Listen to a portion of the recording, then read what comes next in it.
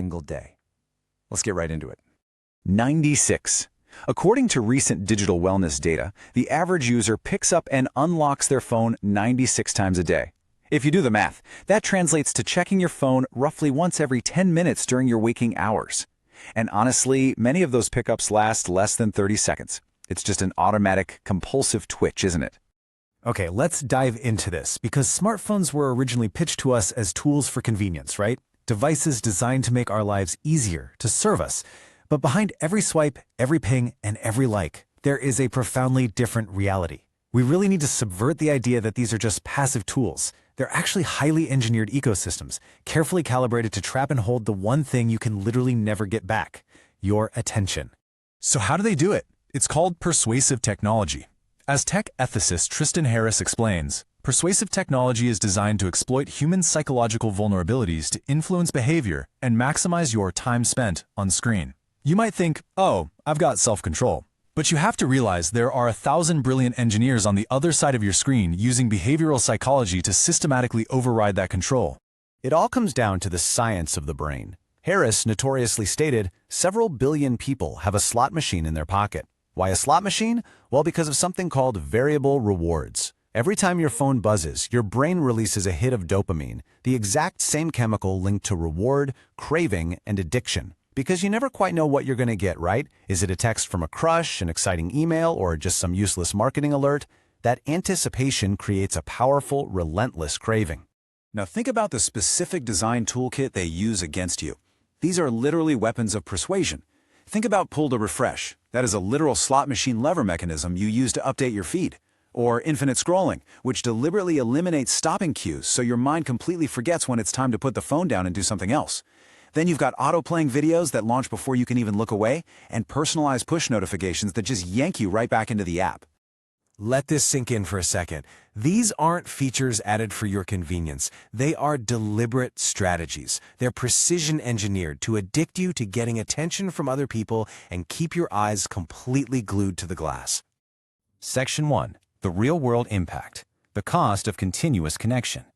Because you see, this continuous digital engagement isn't just a harmless waste of time. It comes with a massive toll. A recent comprehensive meta-analysis of adolescence by researcher Amira Holtzman tracks the undeniable links between problematic smartphone use and severe mental health outcomes.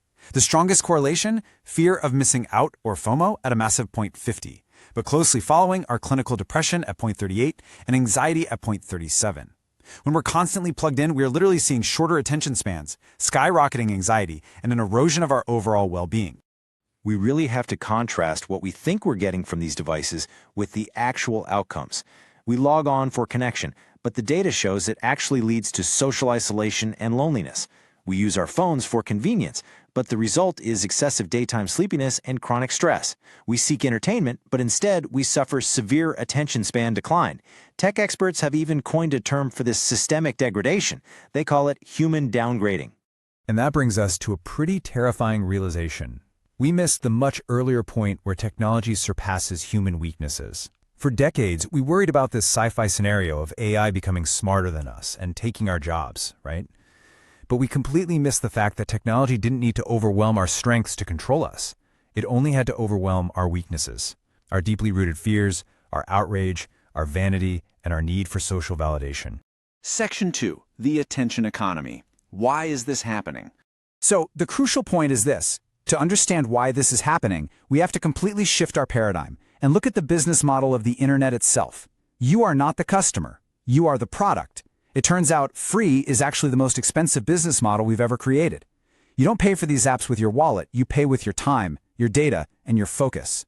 Your attention is continuously commodified, packaged, and sold to advertisers, second by second.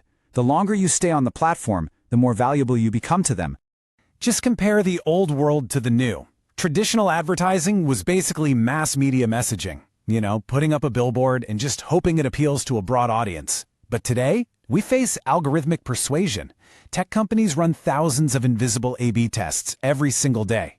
They use massive data sets and machine learning to find the exact behavioral triggers, the specific shade of blue, the precise layout that keeps your unique brain engaged. Because the competition for your attention is just so fierce, these platforms are literally forced to frack for your focus. It's become, as Tristan Harris puts it, a race to the bottom of the brainstem. To keep you engaged, the algorithms inevitably push increasingly outrageous, polarized, and extreme content. Nuance is boring to the algorithm. Outrage is highly profitable. Section 3. Reclaiming your attention. You are not powerless. Okay, take a deep breath. I know this sounds incredibly bleak, but here's the good news. You can start breaking that dopamine loop today. Step 1. Dive into your settings and turn off all non-essential notifications. Hide sensitive messages from your lock screen and silence those marketing alerts so your phone only interrupts you when a real human being actually needs you. Step 2. Set strict screen time limits for your most addictive apps. And Step 3. Actively schedule offline breaks. Go outside. Look up. Give your brain a chance to rest and reset without a screen in front of it. Ultimately, we have to face reality. Your phone isn't going away. It's a permanent fixture of modern life. But your attention? That is the most incredibly valuable resource you possess. It determines what you care about, who you connect with, and how you experience your one life. So knowing what you know now about the hidden mechanics behind the screen, how will you choose